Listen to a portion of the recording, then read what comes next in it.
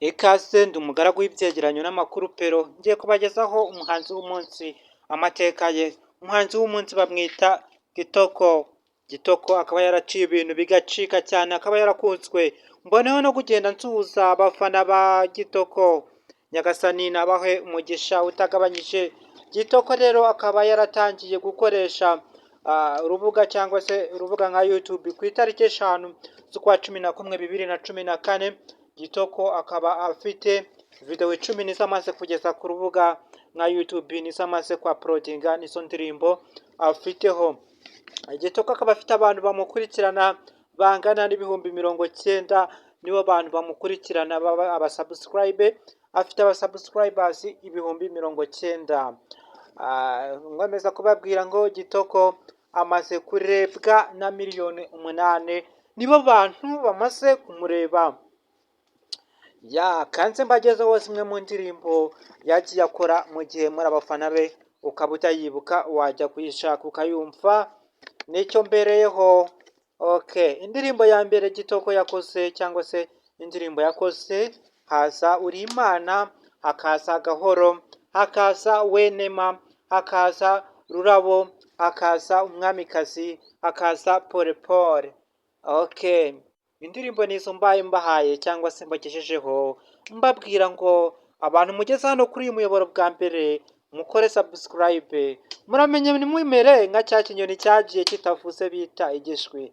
Niba wahageze kora subscribe, like, comment na share cyangwa se sabone. Ibyifuzo n'ibitekerezo ni ingenzi, ntabwo wabura icyo utanga, ntabwo uri igitambambuga. Nyagasani akurinda aho uri hose, ndabakunda cyane kandi mboneho gushimira abantu mwese muri kugenda mwaguriye umuryango wanyu, mukora subscribe cyangwa se sabone, like, comment. Ibyifuzo n'ibitekerezo ni ingenzi cyane.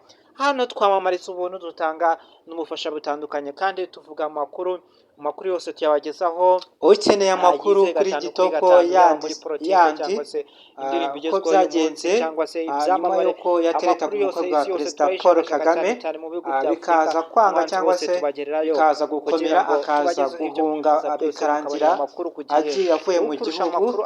Ibyo nabyo ndaza kubakorera video yabyo neza naho aherereye. Umuntu kurusha amakuru aba akurusha gutsinda.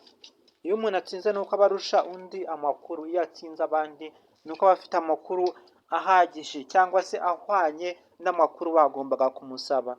Ariko tuzarinda tuva muri iyi si tudafite amakuru ahagije, nk'uko utasoma ibitabo biri mu isi byose ngo birangize. Abahanga babyanditse ni benshi cyane cyane, ntabwo wazabisoma ngo birangize cyangwa se kose, cyangwa amasomo ari muri iyi si ntabwo wayiga ngo uyarangize. Ni menshi cyane, ni nk'inyanja. Ntabwo gusa tugomba kumenya amakuru y'ingenzi. Ntabwo wamenya amakuru yose abaho ku isi yose,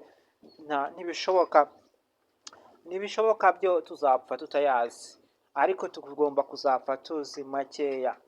Niyo mpamvu kurusha amakuru aba kurusha gutsinda. Mu gihe